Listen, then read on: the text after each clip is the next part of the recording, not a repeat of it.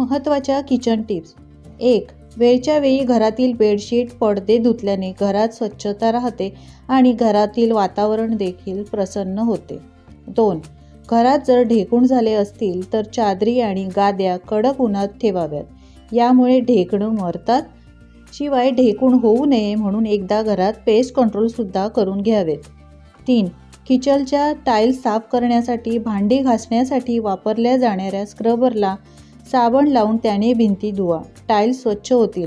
Tiles साफ करण्यासाठी तुम्ही ब्लीच, अमोनिया, बेकिंग सोडा तसेच व्हिनेगरचा सुद्धा वापर करू शकता.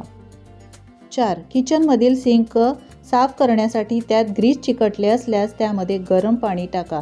यात तुम्ही व्हिनेगर आणि बेकिंग सोडा टाकून सिंक स्वच्छ केल्यास सिंक नव्यासारखे चमकू लागेल. 5. किचनमध्ये ठेवला जाणारा कचऱ्याचा डबा नेहमी स्वच्छ ठेवा.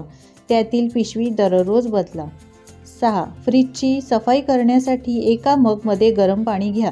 त्यात थोडासा बेकिंग सोडा टाका. या मिश्रणाने फ्रीज साफ करा. यामुळे फ्रीज साफ होईलच, तसेच त्यात किटाणू देखील राहणार नाहीत. 7. किचनचे कॅबिनेट साफ करण्यासाठी व्हिनेगर आणि लिक्विड सोपचा वापर करा. व्हिनेगर आणि लिक्विड सोप एकत्रित करून याने कॅबिनेट स्वच्छ करा. कॅबिनेट्स एकदम नव्यासारखे स्वच्छ दिसतील. 8. सिंकच्या भांड्याला तेलाचा मेणचट डाग असेल किंवा खरकट्या पाण्याचा वास आणि रंग हा मेणचटपणा धरून ठेवतो. त्यामुळे सिंकचं भांडं तेलकट तर दिसतंच, शिवाय सिंकजवळ विचित्र वासही येतो.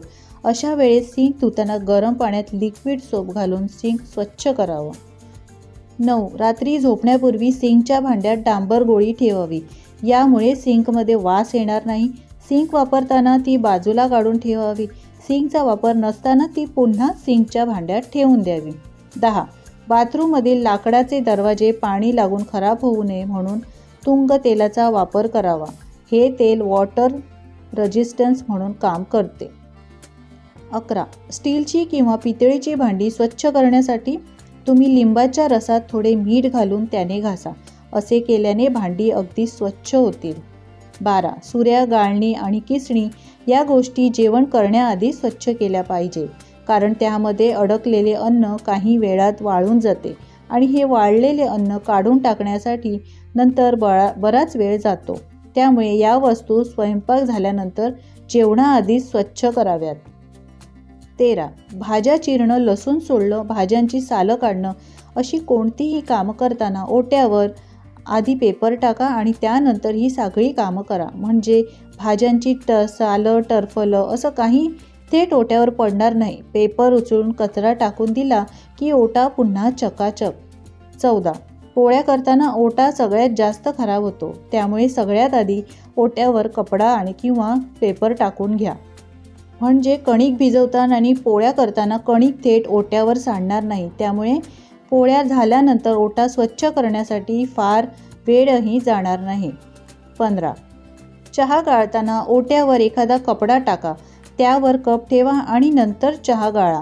चहाचे थेंब ओट्यावर पडून तो अस्वच्छही होणार नाही.